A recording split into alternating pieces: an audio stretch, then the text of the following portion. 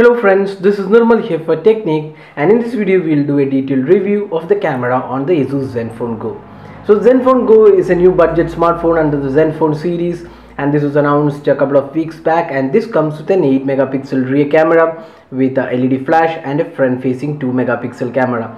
So this is a budget smartphone which competes with the Redmi 2 Prime, the Euphoria, Lenovo A6000 Plus and few other devices in this category. So it has pretty good specs and comparable specs when compared to the competition, and it also has an 8 megapixel camera. Now let's see the camera aspect. So let's open the camera app and see the interface. So this is the interface of the Zenfone Go, and you can see the interface is exactly similar to what we see on other Zenphones. So on the left side you have the ability to turn on or off the flash. We have the front facing camera, the settings. Here we have the option to select the camera resolution, image quality, timestamp is there, and a few other options which are very similar to the other Zenphones. You can see the focus mode is continuous autofocus or smart autofocus. Then there is exposure level and other settings. If you go to the video, you can see you can record videos in full HD. Video stabilization is there, and other smart options are also included. Smart brightness. Then guidelines are also included, burst view, shot and animation. So lots of options included, and it looks like a pretty good phone in terms of the overall features. On the right side we have the option to view the gallery. Then we have the camera and the video option. Then here we have the modes.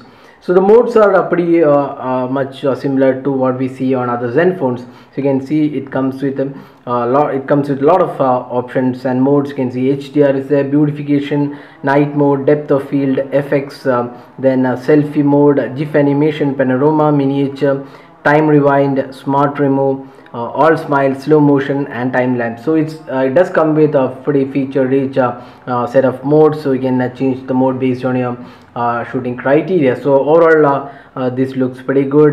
We tested the camera in different modes. There is no manual mode here, there is no pro mode. That's probably because this is a budget smartphone, and this is not a high-end device like the Laser or the Zenfone 2. So that's the interface of the camera. Now let's go to the camera samples. So you can see we have tested the camera in different conditions, and we'll just show you the speed with which it can take photos. That's pretty good speed. The focusing is pretty fast.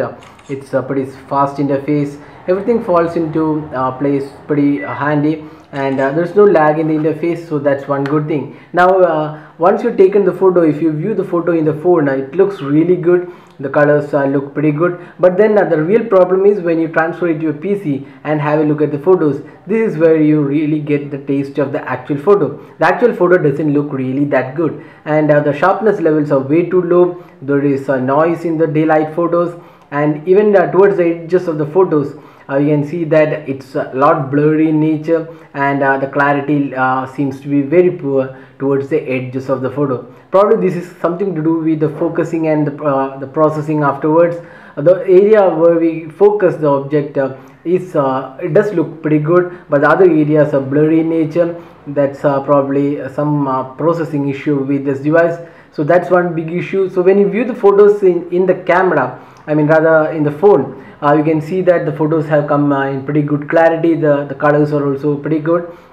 But then when you transfer the photos, that's where we see the photos doesn't have great clarity. The colors look pretty good overall, and this does not have an issue in close-up shots. Close-up shots, the focusing is pretty spot on, and this is where the clarity looks pretty good. But otherwise, if you take photos in the daylight, the landscape photos, this is where you see the blurry nature of the photos.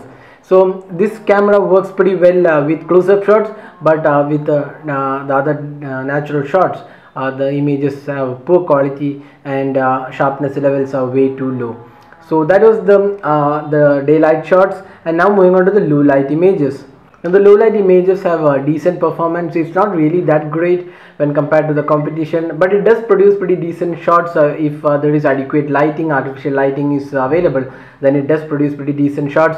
Again, they are noisy, but then you can't expect great results from a budget smartphone. So that is acceptable level, and if the same goes with I mean the low light photos as well. There is a lot of noise, and images have gone blurry a bit, but then if you use the flash, the photos have come pretty decent.